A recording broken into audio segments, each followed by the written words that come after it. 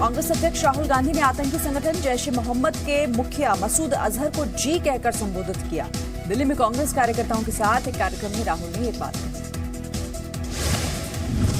कांग्रेस नेताओं की तरफ से इससे पहले भी आतंकियों को जी कहकर संबोधित किया जा चुका है। Digvijay Singh Osama bin Laden को ओसामा जी कह चुके हैं।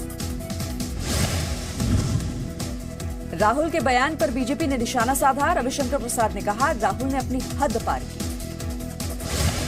राहुल के बयान पर स्मृति का तंज, कहा राहुल आर्मी चीफ को गुंडा कहते हैं और आतंकियों को सम्मान देते हैं। जितेंद्र सिंह ने राहुल के बयान पर कहा, अगर मसूद को छोड़ने के लिए बीजेपी दोषी तो कांग्रेस भी दोषी, क्योंकि सभी दलों से बात कर मसूद को छोड़ा गया था। केंद्रीय मंत्री राज्यवर्धन सिंह राठौड़ ने कहा कि राहुल गांधी और कांग्रेस बेनकाब हो गए हैं। राठौड़ ने कहा कि वो आर्मी चीफ को गुंडा और आतंकियों को जी कहते हैं। राहुल के अजहर मसूद को जी कहने पर भड़का शहीद का परिवार। पुलवामा हमले में शहीद हुए अजीत कुमार के पिता ने कहा, स्वार्थ के लिए किसी भी हद तक जा सकते हैं राजनीतिक दल। अयोध्या विवाद पर आज से शुरू होगी मध्यस्थता की कोशिश। अयोध्या में इस संबंध में पहली बैठक। अवध विश्वविद्यालय स्थित आईआईटी भवन में होगी बैठक। मीडिया कवरेज पर पाबंदी। पुलवामा हमले का मास्टरमाइंड मुदस्सिर खान मारा गया। सोमवार को सुरक्षा बलों ने आतंकियों के साथ मुठभेड़ में मार गिराया। भारतीय सेना ने कहा कि पिछले 21 दिनों में उसने 18 आतंकियों को मारा है, जिसमें से जैश के 6 मुख्य कमांडर भी शामिल हैं। एनआईए के बुलावे पर मीरवाइज और नसीम गिलानी दिल्ली नहीं पहुंचे। टेरर फंडिंग मामले पर होनी थी पूछताछ। अलगाववादी मीरवाइज और नसीम गिलानी ने सुरक्षा कारणों से दिल्ली आने से इनकार किया। कहा, एनआईए श्रीनगर में पूछताछ करे। प्रधानमंत्री नरेंद्र मोदी ने सोमवार को टर्की के पीएम रेसेप तैयब एर्डोगन से बात की। पीएम ने बातचीत में आतंकवाद के खिलाफ कार्रवाई पर चर्चा की। पीएम मोदी ने अबू धाबी के क्राउन प्रिंस शेख मोहम्मद बिन जायद से भी बात की। पीएम ने आतंकवाद को अंतर्राष्ट्रीय शांति के लिए खतरा बताया। सोमवार को सऊदी अरब के विदेश राज्य मंत्री आदिल एल जुबैर ने विदेश मंत्री सुषमा स्वराज से बात की। आतंक के खिलाफ आपसी सहयोग पर चर्चा।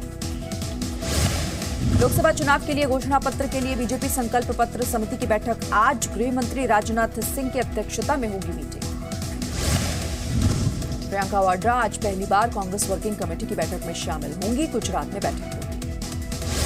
लोकसभा चुनावों की तैयारियों पर वर्किंग कमेटी में चर्चा। बैठक के बाद अडालज में कांग्रेस की रैली होगी।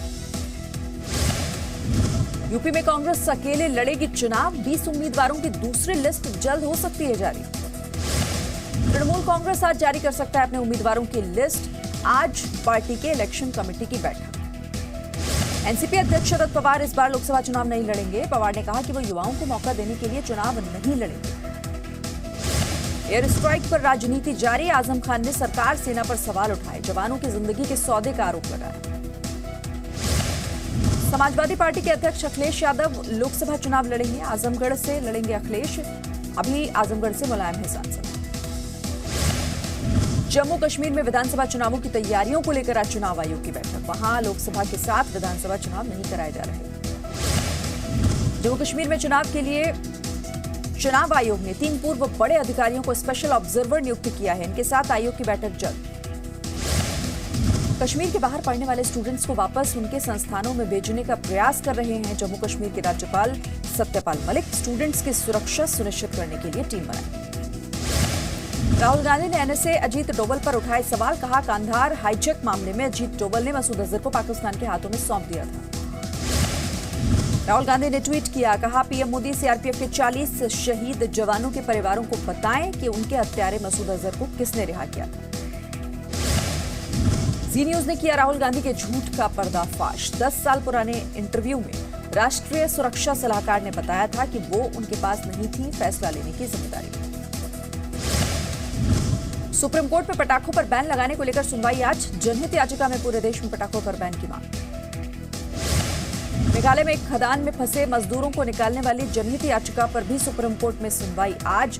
पूर्वी जयंतिया हिल में एक अवैध कोयला खदान में फंसे हैं मजदूर। इटावा में भी पुलिस के साथ अपराधियों की मुठभेड़ में 2 इनामी अपराधी गिरफ्तार। बुलंदशहर में पुलिस और अपराधियों के बीच मुठभेड़। 25,000 रुपए के इनामी अपराधी के पैर में लगी गोली, दूसरा फरार।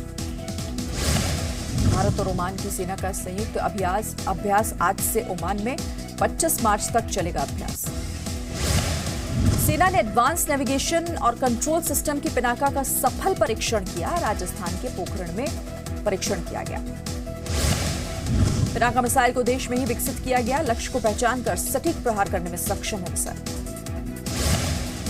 संयुक्त राष्ट्र मानवाधिकार परिषद की बैठक में पाकिस्तानी कब्जे वाले कश्मीर के एक्टिविस्ट ने पुलवामा हमले की निंदा की। पाकिस्तान से आतंकी कैंपों को खत्म करने की मांग की। डीडीसीए ने कोहली का सम्मान समारोह रद्द किया। पुलवामा हमले के मद्देनजर रद्द किया गया कार्यक्रम।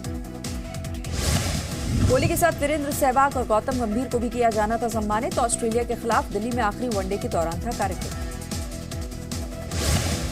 कश्मीर में भारी सुरक्षा और भारी बर्फबारी और बारिश की वजह से लोगों की परेशानी बढ़ी। लैंडस्लाइड की वजह से जम्मू श्रीनगर हाईवे पर। जम्मू कश्मीर के डोडा में हुई ताजा बर्फबारी ने लोगों की मुश्किलें बढ़ाई। बनिहाल में भी बर्फबारी की वजह से रास्ते बंद हुए। मनाली में भारी बर्फबारी के समय लोगों को सुरक्षा देता है रोहतांग टनल रेस्क्यू टीम। अब तक हजारों लोगों को बचा चुके हैं जानलेवा एवलांच से।